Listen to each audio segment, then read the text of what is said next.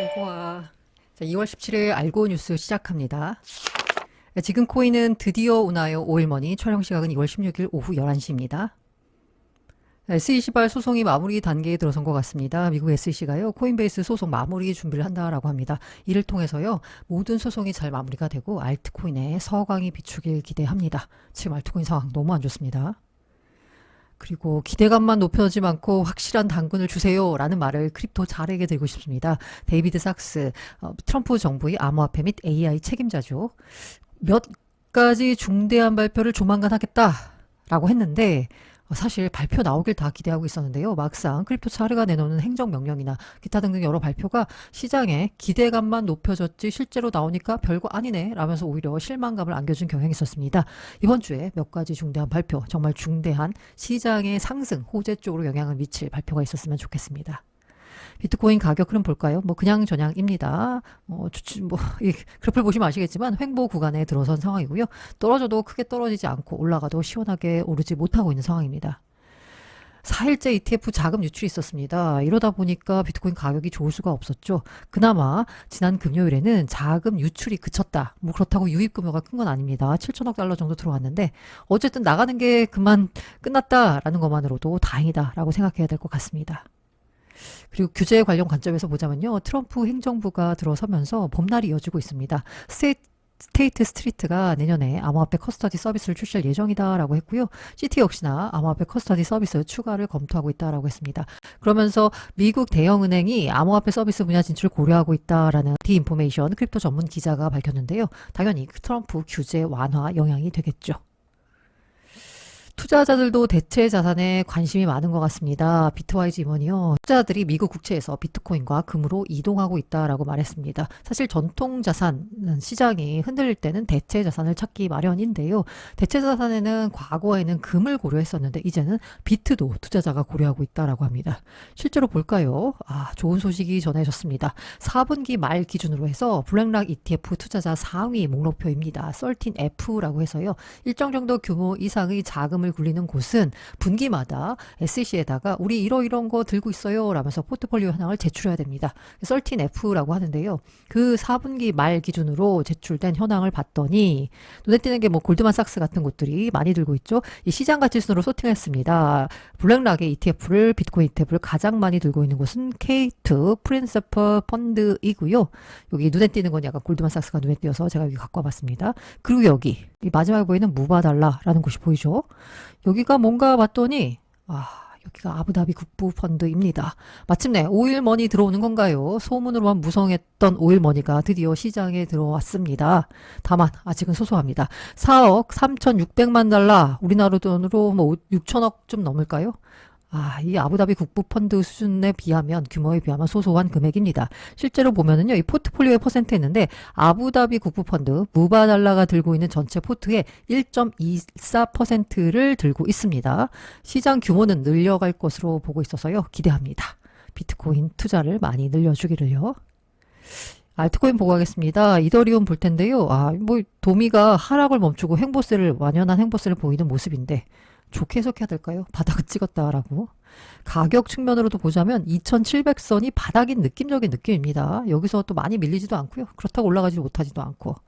시원하게 올라가려면 ETF 쪽으로 자금이 들어와야 될 텐데 힘을 내요 블랙락. 지금 블랙락 쪽으로 돈이 안 들어오고 있어요.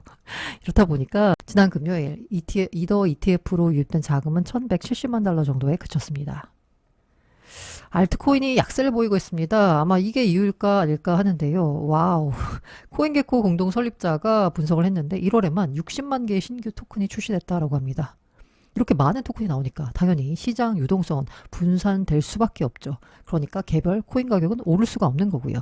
예, 관련해서 DYOR님 아는 것이 힘이다 님의 텔레그램 채널에서 슈카가 지적하는 국장의 문제점 그리고 알트코인과의 유사성이라는 글을 갖고 와봤는데요. 슈카가 지적합니다. 국장이 왜 부진하냐? 매년 100여 개 기업이 코스피 코스닥에 상장되는데 이건 S&P 500과 나스닥에 상장되는 것을 합친 것보다도 많은 숫자다라고 합니다. 그러니까 우리 시장 전체 규모는 S&P 500 나스닥보다 훨씬 더 작잖아요. 그런데 신규 상장되는 기업의 숫자는 그것보다도 더 많다라는 겁니다.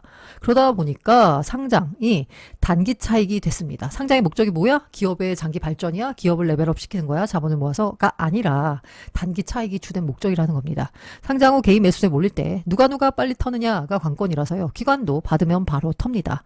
상장 당일 기관 투자자 순매도 비율은 96%, 기관이 상장 후 개인 투자자에게 물량 떠넘기는 설거지 관행이 일고 있습니다. 좀비 기업이 됐다는 건데요. 이거 약간 보시면서 이렇게 기시감 느끼지 않으세요? 어디서 많이 봤는데? 라는 느낌이 들죠. 실제로 보니까 알트코인 시장과 너무 유사하다라는 겁니다. 코스닥은 테마주 순환매가 지배적이고 나스닥처럼 대세적으로 우상향하지 못합니다. 코스닥을 봤더니요. 25년 전 닷컴 버블 당시 피크 찍은 지수 최고점 도달할까요? 제 생에 도달 못할 것 같습니다. 그런데 알트코인 역시 마찬가지다라는 거예요. 지난 불장 고점 회복한 알트 있나요? 거의 없죠. 스몰캡 밈코인 순환 매매 위주로 이루어집니다. 밈코인, 펌프다펀 때문에 수천만 개의 좀비 알트코인이 생겨났습니다. 그런데 신규 코인, 기존에 발행된 알트코인 얼람 물량 계속 나오고 있죠. 시장에 새로운 알트코인은 넘쳐나고 있는데 이거 물량 누가 받아주냐? 받아줄 수 없다라는 거죠. 이러다 보니까 국주, 알트코인, 단기 매매로만 접근하라라는 전략을 조언했습니다. 그러면서 아니 지금 만약에 새로 사야 된다면 국주 알트 단기 매매로만 접근해야지. 이게 너무 당연한 거잖아요. 그런데 문제는 뭐예요? 물렸다면이죠. 물린 경우에는 참 이게 난감합니다. 투자 가설과 재무 현황을 점검해보고 3년 이상 존버할 수 있는지 체크하고 물렸다면 과감하게 손절하는 것도 방법이 아닐까라는 생각이 듭니다. 남의 얘기할 때가 아닙니다. 그리고 알트코인 시장에 큰 일이 터졌습니다. 주말 사이에. 야 진짜 이제 대통령도 밈코인 러그한 시대였습니다. 최소한 트럼프가 오피셜 트럼프라고 발행을 했지만 그거를 러그 치진 않았잖아요. 그런데 아르헨티나 대통령이 사고를 쳤습니다. 한번 피리니라는 곳에서 갖고 와 봤습니다. 사건의 순서입니다. 일단 아르헨티나 대통령이 리브라라는 토큰을 트윗했습니다. 여기 관심이 많다라면서 급격한 관심을 유도했죠. 대통령이 언급을 했습니다. 그리고 아르헨 정도면 꽤 규모가 있는 나라잖아요. 리브라 토큰이 급등했습니다. 단 2시간 만에 시가총액 45억 달러, 6조 원 규모로 폭등을 했고요. 이에 따라서 내부자들이 8,700만 달러를 인출하며 큰 수익을 실현했습니다. 이후 토큰 가격, 내부자가 팔면 폭락하게 돼 있죠. 90% 폭락했습니다. 근데 대통령이 반응이 웃겨요. 트윗을 삭제하고 나 여기랑 관련 없어 라면서 관련성을 부인했습니다. 이러다가 토큰이 다시 60% 아까 폭락했는데 또 떨어졌어요. 사실상 무가치죠. 먼지가 됐습니다. 그러자 솔레이어 창립자가 나 창립자 나 자신과 엔지니어가 리브라에서 200만 달러 약 26억 원 손실을 입었다라고 발표했습니다. 솔레이어 창립자 정도면 코인에 대해서 빠삭한 사람인데 이 사람도 당했다라는 거죠. 그러면서 역시 아는 분들이 당하면 무섭습니다. 두 사람은 단순히 손실을 보고만 있지 않겠다라고 언급을 했고요. 털었습니다. 리브라 팀원의 신상을 공개했습니다. 솔레이어 창립자가 리브라 팀원 중 한 명인 KIP 프로토콜의 국제 영업 책임자를 소셜미디어에 공개했습니다. 이게 프로젝트 팀원의 신상이 드러난 첫 사례입니다. 여기 보면 이름을 다 깠어요. 이거 어쩌면 좋아. 그래서 이 코인판에서 벌어진 밈코인 러그 사태가 무려 뉴욕타임즈에도 주요한 기사로 실렸습니다. 아르헨티나 정치 스캔들로 확산되는 모양이고요. 아르헨티나에서는 야당 쪽에서 이거 대통령에 대한 감사 이거 해야 된다라고 하면서 목소리를 높이고 있습니다. 대형 스캔들로 퍼지는 모양새인데 사실 남 걱정할 때가 아닙니다. 지금 당장 내가 걱정입니다. 자 여기 보시면 솔레이어는 리브라로 인해 200만 달러 손실을 봤다라고 했잖아요. 폭로전이 시작이 됐고 이 KIP 프로토콜의 리브라 토큰의 유동성을 책임지는 역할을 수행했고 뭐 이런 하면서 폭로전이 이어지고 있고 사람을 공개하고 난리가 난 상황에서 이런 일이 있었습니다. 텔레그램 코인방 채널 CN이라는 곳에 갖고 와봤는데요. 여기서 리브라 사기 의혹과 관련된 사람들 조사한 솔레이어 파운더가 의미심장한 글을 남겼습니다. 뭐라고 남겼나? 네. 솔라나의 최대 프로토콜 중 하나인 프로젝트의 파운더가 감옥에 갈 것이다. 이게 뭐야? 이러다 보니까 이 코인을 리브라를 발행한 런치패드 플랫폼 있잖아요. M3 여기 메테오라거든요. 메테오라에서 주도하고 있는데 아니면 이 메테오라와 밀접한 관계는 주피터 최대 프로토콜이죠. 주피터나 메테오라 여기 관계자가 아니냐라는 얘기가 많이 있습니다. 하필 솔라나의 거의 최대 프로토콜 중 하나가 연루돼서 감옥에 갈 것이다. 하나의 파운더가 연루돼서 감옥에 갈 것이다 라고 하면 와우, 저 뽀글이 우리 SBF급의 파장은 아니겠지만 어쨌든 상당한 파장이 염려됩니다. 이러자 주피터 JUP 가격 보이시죠? 와, 폭락했습니다. 이게 뭔가요? 어쩜 좋나요? 아, 이거 15분 봉으로 보는데요. 아, 이 가격이 폭락을 했고요. 이것까진 괜찮아. 근데 더불어 솔라나까지 여파가 미치고 있습니다. 다른 코인에 비해서 하락이 눈에 띄게 나타났습니다. 190달러 선 지키고 있는 걸 다행으로 봐야 될까요? 내일 아침 이 영상이 공개될 때쯤 이 주피터나 솔라나 가격이 어느 정도까지 버텨줄지 반등에 성공할지 걱정이 되면서 다시 한번 말씀드리지만 모든 투자 판단과 그랬던 투자 결과는 투자자 본인의 책임이고요. 알트코인 상황이 상당히 좋지 않다라는 점 다시 한번 이번 사태를 통해서 알 수 있었습니다. 지속 가능한 알고라는 위해서 멤버십 슈퍼챗 PPL 웰컴입니다.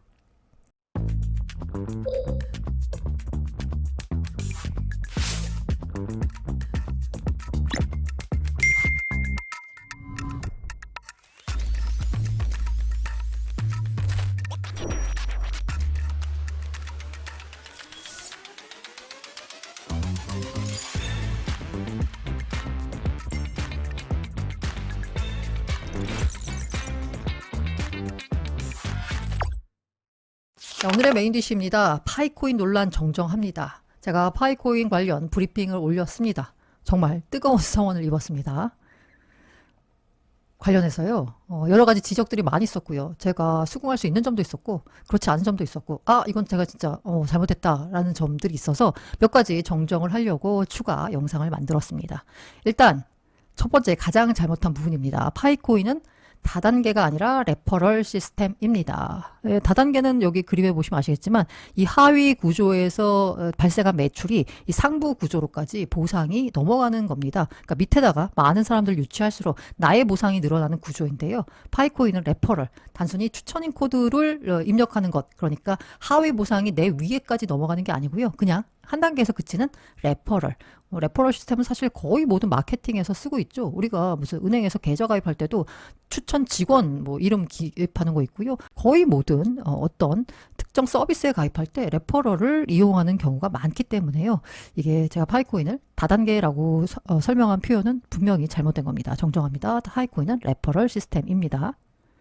두 번째로요. 이 부분에 대해서는 오해가 있어서 해명을 하고 싶었습니다. 제가 어르신들의 밈코인이라는 표현을 썼는데요. 이 부분에 있어서 상당히 많은 비판을 받아서 제 나름대로 설명을 드리겠습니다. 추가로요. 첫 번째로 밈코인이라고 했는데 이건 비유적인 표현입니다. 정말 정색하고 밈코인의 정의는 이거 저거 저거야를 따진 게 아니라요. 이 어느 코인보다도 강력한 커뮤니티를 형성했다라는 점에서 밈코인이라는 비유를 쓴 겁니다. 이건 해시드 김서준 대표가요. 이 X에다가 XRP에 대해서 질문한 것과 비슷한 맥락의 사용 쓰임새다라고 보시면 되는데요. 김서준 대표가 뭐라고 했냐면 리플의 실제 실수에 유용할까요? 아니면 기관용 밈코인에 불과할까요? 라고 했는데 왜냐하면 리플이 XRP가 정확히 어디 쓰이는지 잘 모르겠는데 너무나 큰 인기를 끌고 있다. 그래서 기관용 밈코인이라는 비유를 들은 겁니다. 저 역시 밈코인이라는 비유는 강력한 커뮤니티가에 근거했다라는 측면에서 밈코인이라는 비유를 들었습니다. 이 두 번째로 이제 어르신들의 이라는 표현에 대해서 상당히 반감을 가지셨는데요. 일단 제 태도가 비꼬는 듯 느껴졌다라고 하면 그건 오해입니다.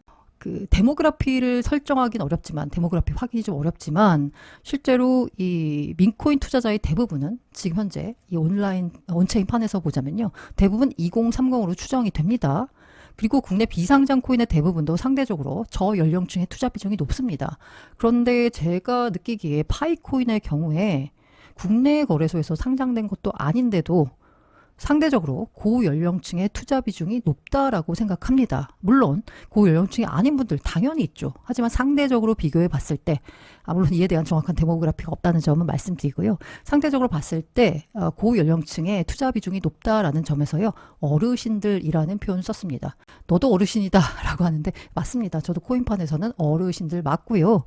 상대적으로 고연령층의 투자 비중이 높다라는 점에서 어르신들의 이라는 표현을 썼다는 점을 말씀드리겠습니다. 자, 여러 가지 논란이 있습니다. 그럼에도 불구하고 OKX는 왜 상장을 할까요? 라는 건데요. 제가 앞서서도 보여드렸던 것처럼 파이 네트워크란 무엇인가요? 파이 토큰에 대해 알아야 할 10가지 사항이라는 설명까지 붙이면서 파이코인을 우리가 왜 상장하는지에 대해서 OKX가 설명을 했습니다. 그러면서 파이 네트워크에 대한 요약 결론 부분에 뭐라고 나오냐면 활발한 커뮤니티와 탄탄한 사용자 기반, 독특한 채굴 방식은 계속 주시할 만한 가치가 있음을 시사합니다. 라고 했어요. 활발한 커뮤니티와 탄탄한 사용자 기반. 앞서 말씀드린 대로 커뮤니티가 정말 그 어떤 코인 프로젝트보다도 탄탄합니다. 그래서 보자면요. 이 커뮤니티의 탄탄함, 활발함을 보자면 그 어려운 걸 파이가 해냈습니다.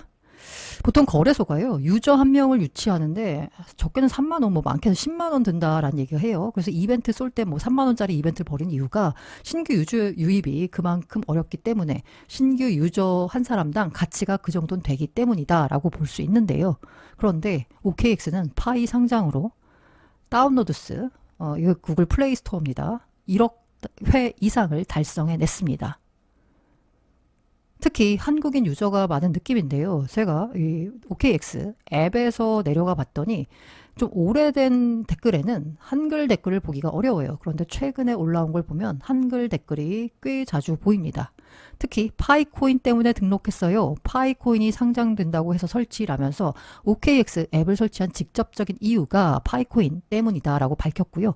언어 선택에 한국어는 없던 것 같은데 정말 없는 건가요? 또 댓글 남긴 시점과 왜 한국어 지원을 원하느냐로 봤을 때 파이코인 때문에 OKX 앱을 다운받은 거 아닌가라는 생각이 듭니다. 실제로 이게 보면 그 16일 기준 구글 플레이 스토어 앱 다운로드 순입니다. 전체 앱 가운데서요. 전체입니다. 파이코인이 무려 6위를 기록했습니다. 테무에 이어 6위입니다. 그리고 금융 카테고리만 보자면요. 이 OKX가 1등을 기록했습니다. 다른 은행을 누른 건 물론이고요. 여기 보시면 14위 빗썸, 16위 업비트 등 기타 국내 거래소보다도 OKX라는 해외 거래소의 다운로드 수가 더 많았습니다. 제가 이렇게 말씀을 드리지만 사실 제일 궁금한 건 과연 가격은 어떻게 될까라는 거겠죠. 제가 생각한 나름의 시나리오를 말씀드리겠습니다. 일단 파이코인은 화폐를 표방하고 있습니다. 그럼 화폐의 가치는 어디서 나올까요? 저는 해당 커뮤니티의 믿음에서 나온다라고 봅니다.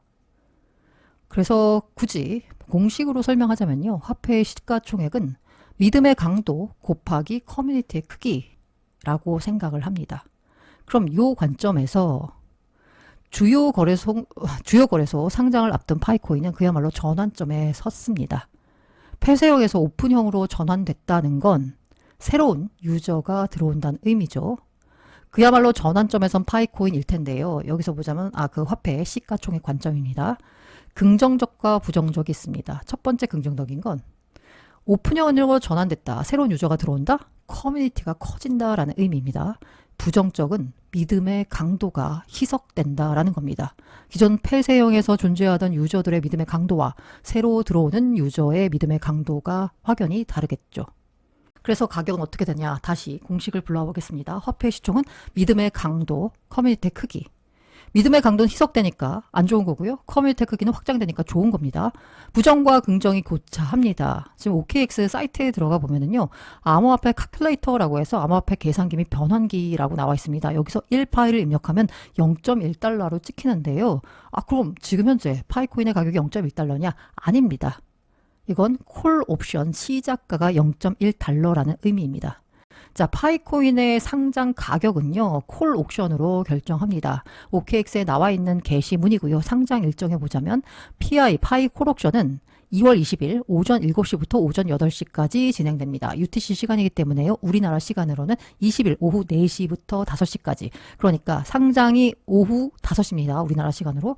상장되기 1시간 전에 콜 옵션을 실시한다라고 합니다. 그 콜 옵션 결과에서 상장 가격이 결정이 되는데요.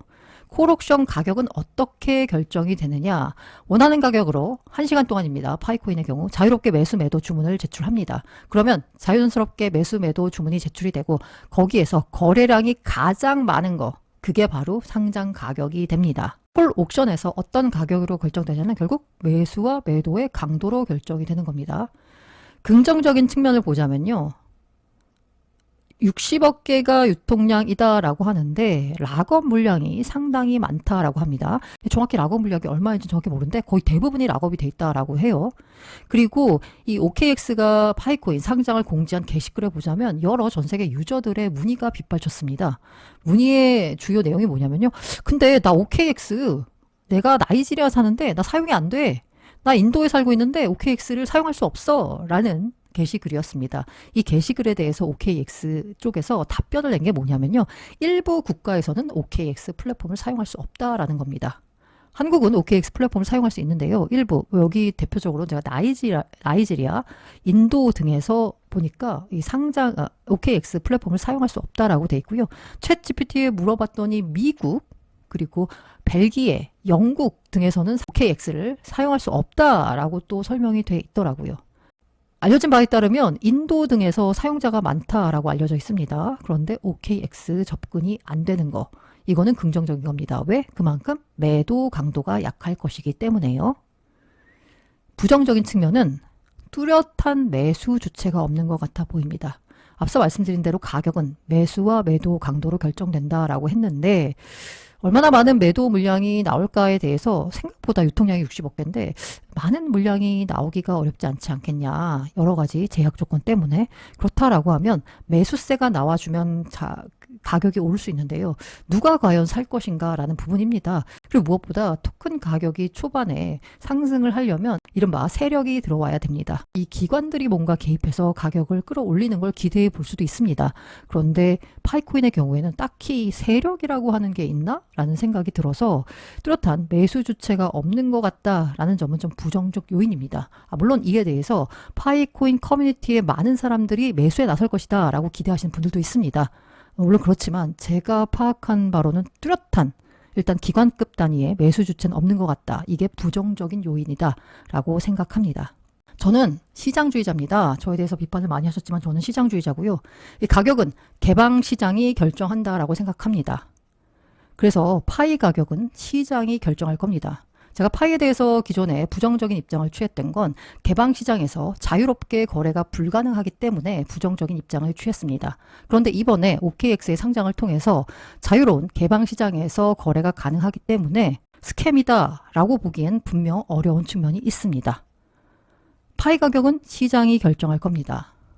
저는 이걸 에어드랍이라는 표현을 쓰는 게 맞다라고 보이거든요. 이 6년간 에어드랍, 채굴을 통한 에어드랍을 기다린 분들에게는 행운을 빕니다. 다만 채굴을 통해서 획득한 게 아니라 시장에서 내가 신규로 사겠다라고 하면 상장 직후보다는 상장 후에 어느 정도 가격이 안정화됐을 때 각자 투자 판단에 따라 진입하길 추천드립니다. 이는 파이코인 뿐만이 아니라요. 모든 코인이 신규 상장된 직후 가격의 변동성이 크기 때문에 그 변동성을 파고해서 웬만한 사람들은 살아남기가 쉽지가 않거든요. 그래서 한 일주일 어느 정도 가격이 안정화된 시점에 내가 정말로 이 해당 코인의 미래를 밝게 본다라고 하면 가격이 안정화됐을 때 들어가는 게 낫지 않겠느냐라고 제안을 드리는 겁니다. 물론 모든 투자 판단과 그에 따른 투자 결과는 투자자 본인의 책임입니다.